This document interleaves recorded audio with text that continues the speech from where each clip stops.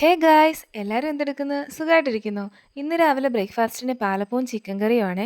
രാവിലെ എണീക്കുമ്പോൾ അപ്പത്തിൻ്റെ ഇഡലിയുടെയും ദോശയുടെയും ഒക്കെ ബട്ടർ ഇങ്ങനെ പൊടിച്ച് സെറ്റായിട്ടിരിക്കുന്ന കാണാൻ തന്നെ മനസ്സിനൊരു സമാധാനം.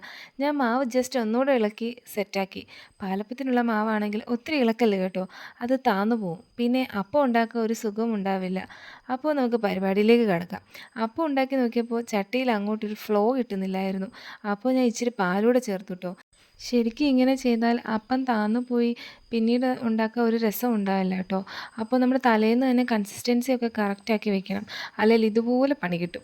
പാലൊഴിച്ച് കഴിഞ്ഞപ്പോൾ അത്യാവശ്യം റെഡിയായി. പിന്നീടാണ് ഗൈസ് ഉപ്പിട്ടില്ല എന്ന സത്യം ഞാൻ മനസ്സിലാക്കിയത്. പിന്നീട് ഉപ്പൂടെ ഇട്ട് കുറച്ചുകൂടി എണ്ണം ചുട്ടു. അമ്മായിട്ട് അതിനിടയ്ക്ക് അടിയായിട്ടോ, ഞാൻ ഒന്നും ശ്രദ്ധിച്ചല്ല ചെയ്യുന്നത്, ഓഫീസിൽ നീ ഇങ്ങനെയാണോ എന്നൊക്കെ. ഞാൻ അപ്പം ചുടുന്നതിനിടയ്ക്ക് ഉപ്പേരി ഉറക്കി തിന്നുന്നുണ്ട്. ഇതിൻ്റെ വാഴയ്ക്ക നമ്മുടെ പറമ്പിൽ തന്നെ ഉണ്ടായതാണ് കേട്ടോ. അതിൻ്റെ ഒരു വീഡിയോ ഞാൻ മുമ്പ് ഇട്ടിട്ടുണ്ടായിരുന്നേ, എല്ലാവരും വീഡിയോ കാണണേ. പിന്നെ ഒരു ചായ ഇട്ടു, അടുപ്പിൽ അരി വേവുന്നുണ്ട്. ചായക്കുള്ള വെള്ളം തിളച്ചപ്പോൾ ഞാൻ പാലൊഴിച്ചേ. അങ്ങനെ പാല് തിളച്ച് ചായയായി. അത് കഴിഞ്ഞ് ഉച്ചയ്ക്ക് പൊതിക്ക് പാവയ്ക്ക മെഴുക്കുരട്ടിയാണേ. ഇച്ചിരി മുളകും ഉപ്പും വെളിച്ചെണ്ണയും ചേർത്ത് അതും അടുപ്പിലാക്കി.